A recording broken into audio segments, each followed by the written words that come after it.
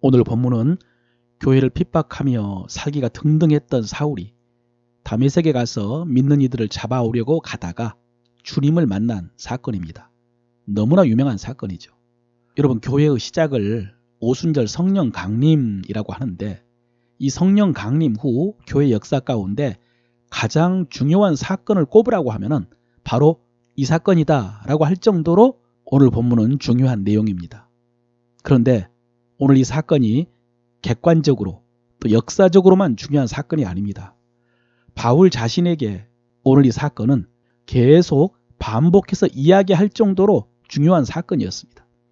지금 우리가 살펴보고 있는 사도행전에 이 다메섹 사건이 3번이나 기록이 되어 있습니다. 그 긴 기록이 오늘 9장에 한 번 기록되었고, 나중에 22장에서 바울이 유대인들에게 붙잡혔을 때 이 사건을 이야기하고, 또 26장에 보면은 가이사라에 갇혔을 때 아그리빠 왕 앞에서 또 이야기를 합니다. 이런 것들을 간증이라고 하죠. 여러분, 전도에 있어서 가장 효과적인 방법이 간증입니다. 간증은 자기가 직접 체험한 이야기이기 때문에 확신이 있습니다. 그리고 그 확신은 듣는 사람들에게 영향을 미쳐서 마음을 열게 하는 능력이 있습니다. 그런데 성도들에게 간증을 하라고 하면 많은 성도들이 자기는 간증이 없다고 말하곤 합니다. 이 말은 오늘 바울같이 극적으로 주님을 만난 체험이 없다는 그런 뜻입니다. 그런데 여러분, 잘 들어보십시오. 우리가 주님을 알지 못하고 복음을 알지 못하다가 주님을 알고 믿는 것을 회심이라고 합니다. 돌아선다는 뜻이죠. 그런데 그 회심이 오늘 바울처럼 급진적인 회심만 있는 것이 아닙니다. 그러니까 주님을 핍박하다가 주님을 믿는 자가 되고 주님의 제자가 되는 그런 급진적인 회심만 있는 것이 아닙니다. 점진적인 회심도 있습니다. 자연스럽게 천천히 믿고 회심을 하는 것입니다. 대표적인 사람이 디모데입니다. 디모데는 어떻게 믿게 되었습니까? 성경에 보면은 먼저 외할머니가 믿었다고 했습니다. 로이스. 그래서 그의 어머니가 믿었고요. 유니게. 그래서 그 어머니를 따라 디모데도 어렸을 때부터 자연스럽게 믿게 되었습니다. 이게 점진적인 회심입니다. 아마 여러분 중에도 믿게 된 사연과 과정이 다양할 것입니다. 그런데 아마 급진적으로 회심한 분들보다는 점진적으로 회심하는 분들이 훨씬 더 많을 것입니다. 우리나라도 선교 140년 가까이 되었기 때문에 디모데처럼 외할머니, 어머니 혹은 할머니, 아버지의 믿음을 이어받아 믿게 된 분들이 많을 것입니다. 그런 분들에게는 오늘 바울과 같은 그런 극적인 사건은 없겠죠. 괜찮습니다. 이런 극적인 체험이 없어도 괜찮습니다. 그런데 여러분, 이런 사건은 없어도 간증은 있어야 됩니다. 극적인 스토리는 없어도 은혜에 대한 깨달음과 고백은 분명히 있어야 됩니다. 앞서 바울이 기회만 있으면 오늘 이 사건을 간증했다라고 했는데, 다메섹으로 가는 길에서 강한 빛을 보고 쓰러진 체험이 강렬했다는 그런 간증이 아닙니다. 사실은 이 사건, 이 체험이 아니라 이 사건을 통해서 깨달은 진리를 간증했습니다. 그래서 성경이 보면은 이 사건에 대한 간증보다 깨달음에 대한 간증이 훨씬 더 많은데요. 디모데 전서에 보면은 이렇게 간증을 합니다. 내가 전에는 비방자요, 박해자요, 폭행자였으나 도리어 공유를 입은 것은, 오늘 사건이죠. 내가 믿지 아니할 때에 알지 못하고 행하였습니다. 우리 주의 은혜가 그리스도 예수 안에 있는 믿음과 사랑과 함께 넘치도록 풍성하였도다 라고 했습니다. 오늘 본문에 나온 것처럼 사울은 교회를 박해하던 사람이었습니다. 그런데 그런 그를 주님께서 만나주시고 불러주셔서 주님의 사도가 되게 하셨습니다. 이게 뭐라는 것입니까? 하나님의 은혜라는 것입니다. 그래서 주의 은혜가 넘치도록 풍성하였도다. 여러분, 이게 바울의 간증입니다. 또 빌립보서에 보면요, 나는 8일 만에 할례를 받고 이스라엘 족속이요, 베냐민 지파요, 히브리인 중에 히브리인이요, 율법으로는 바리새인이요, 열심으로는 교회를 박해하고 율법의 의로는 흠이 없는 자로라 그랬습니다. 여러분, 이것이 오늘 사건 이전까지의 바울의 모습입니다. 무엇보다도 그는 율법에 탁월했습니다. 율법을 배우기 위해서 예루살렘으로 유학으로 와서 가말리엘의 문화에서 배웠습니다. 지식이 탁월했습니다. 근데 지식만이 아닙니다. 율법에 대한 열심이 특심해서 그렇게 교회를 핍박한 것입니다. 그리고 스스로 율법의 의로 흠이 없다고 할 만큼 철저하게 율법을 지킨 사람이었습니다. 그런데 여러분, 우리가 잘 아는 것처럼 로마서 7장에 보면은 그가 율법 아래에 있을 때에 그 정직한 고백이 나오지 않습니까? 그는 율법을 알면 알수록 그것을 다 지킬 수 없다는 사실을 깨달았다고 했습니다.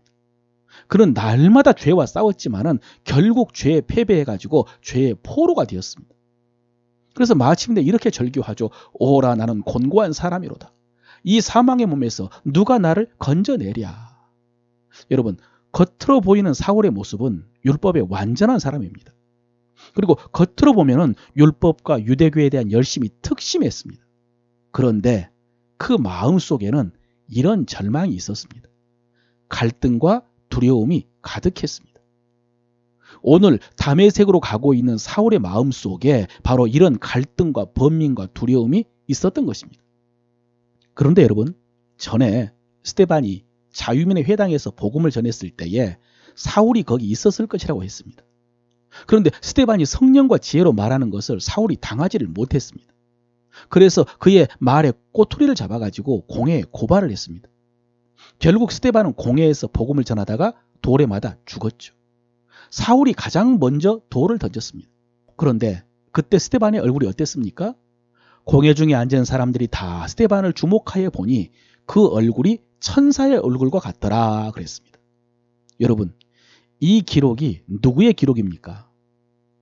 사도행전을 기록한 의사 누가의 기록이죠. 그런데 의사 누가는 그때 그 자리에 없었습니다. 누가는 2차 전도 여행 중에 드로아에서 합류를 했습니다. 그러면 스데반이 순교할 때에 스데반의 얼굴이 천사의 얼굴과 같았다라고 누가 알려주었을까요? 사울이었을 것입니다. 여러분, 예수 그리스도의 십자가 복음을 전하다가 순교하는 그 죽는 자리에서 사울은 천사의 얼굴과 같은 스데반의 얼굴을 보았습니다. 그런 스데반의 얼굴을 보면서 사울은 무슨 생각을 했을까요? 자기는 율법을 지키면서도 오라 나는 곤고한 사람이로다. 이 사망의 몸에서 누가 나를 건져내랴 라고 절망을 했는데 죽음의 자리에서 천사의 얼굴과 같은 스데반을 보면서 얼마나 놀랐을까요? 그러다가 오늘 주님을 만난 후에 빌립보 교인들에게 한 간증을 계속 읽어보면요. 내가 가진 의의는 율법에서 난 것이 아니요 오직 그리스도를 믿음으로 말미암은 것이니 곧 믿음으로 하나님께로부터 난 의라 그랬습니다. 여러분, 지금 바울은 로마 감옥에 갇혀있는 상태에서 이 간증을 합니다. 그는 비록 감옥에 갇혀있지만은 그 마음에 기쁨과 평강이 가득했습니다.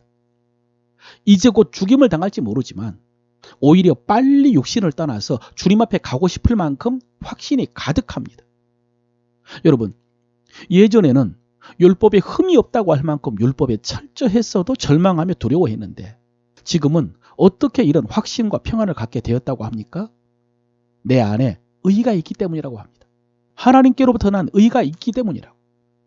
율법을 지켜서 얻은 의가 아니라 그리스도를 믿음으로 얻은 의, 하나님께로부터 난 의, 하나님의 의가 있었기 때문이라고요. 그래서 율법을 그렇게 열심히 배우고 지켜도 의롭다는 확신이 없어서 괴로웠는데 예수 그리스도를 믿음으로 의롭다 하심을 받은 후에는 기쁨과 평강이 가득했던 것입니다. 이것이 바울의 간증입니다. 여러분, 이 바울의 간증을 듣고 루터가 하나님의 의를 깨닫고 종교개혁을 일으켰습니다. 또 루터의 간증을 듣고 웨슬레가 하나님의 의를 깨닫고 영국을 변화시켰습니다. 저도 바울의 간증을 듣고 하나님의 의를 깨닫고 그 복음을 전파하며 살고 있습니다. 사랑하는 성도 여러분, 여러분에게 이 믿음이 있으시길 바랍니다. 오늘 사울같이 특별한 체험을 하면서 주님을 만나지 못하더라도 바울의 간증을 통해서 그 말씀을 통해서 바울과 똑같은 깨달음을 얻고 똑같은 믿음이 있으시길 바랍니다. 그리고 그 깨달음과 믿음을 간증하시기를 바랍니다. 그러면 여러분의 간증을 듣는 자들이 여러분이 만난 주님을 만나게 될 것입니다. 그리고 여러분이 고백하는 간증을 그들도 하게 될 것입니다. 그렇게 해서 그들 속에도 하나님의 나라가 이루어지게 될 줄로 믿습니다.